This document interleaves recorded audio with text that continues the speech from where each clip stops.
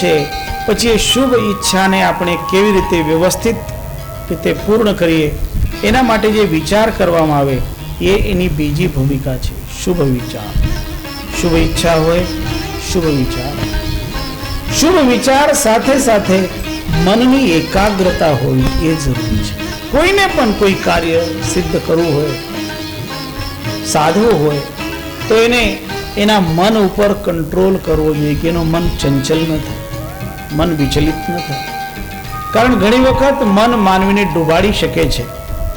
એક જગ્યાએ કબીર સાહેબે આ લખ્યું છે, કહ્યું છે આ કે મન કે મતે ન ચાલીએ, મન હૈ પક્કા દૂત, લે બોરે ભવધાર में જાય હાથ સે છૂટ.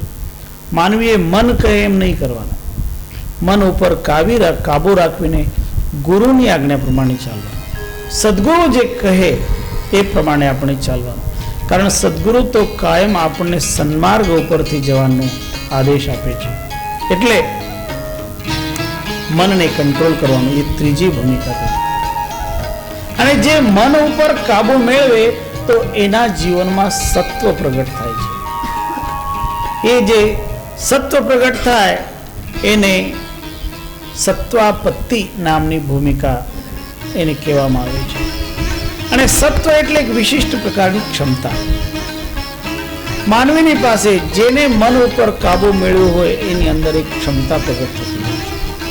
અને એવી ક્ષમતા, એવી શક્તિ આપણને આપણા જીવનમાં જાગૃત કરવા માટે પ્રયત્ન કરવો જોઈએ કે આપણો મન આપણા કાબુમાં આવે અને આપણે એવા શક્તિમાન બનીએ કે કોઈ અઘરું લાગતું કાર્ય પણ આપણે સફળતાપૂર્વક કરી શકીએ.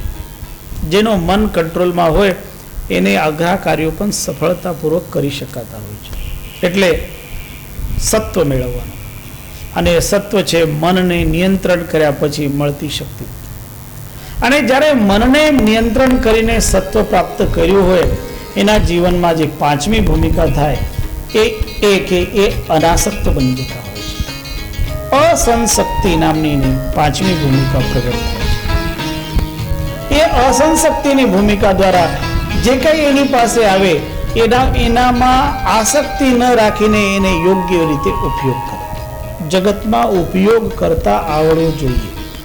કોઈ પણ કાર્ય આપણે યોગ્ય રીતે કરવું હોય તો એ કાર્ય કરવાની રીત યોગ્ય લેવી જોઈએ. આપણી પાસે જે વ્યવસ્થા છે એ વ્યવસ્થાનું પણ યોગ્ય રીતે મેનેજમેન્ટ કરવું જોઈએ. અને એના માટેની જે સ્થિતિ છે એ અનાસક્તિની ભાવના. પ્રત્યેક કાર્યને તમે લાલચ વગર કરો, કોઈ જાતની લાલચ નહીં રાખો, કોઈ જાતનો એના સાથે આસક્તિનો ભાવ નહીં રાખો, તો તમારા પ્રત્યેક કાર્ય શુભ કાર્ય થતા જશે.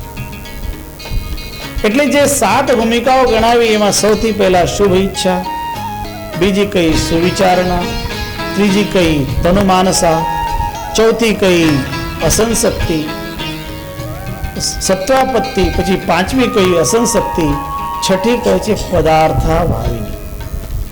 પદાર્થા ભાવની નામની છઠ્ઠી ભૂમિકા છે.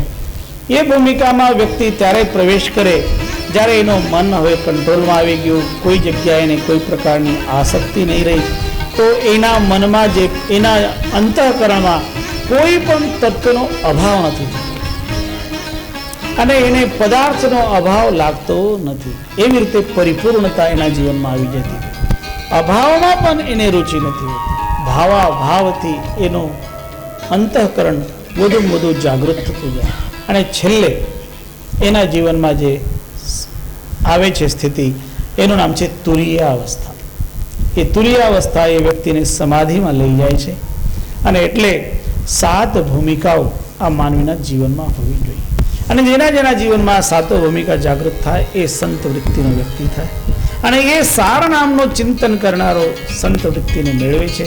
એટલે સત્ય નામ ભજો, સત્ય નામ ભજો, સાચા સંત થવા. સત્ય નામ ભજો, સત્ય નામ ભજો, સત્ય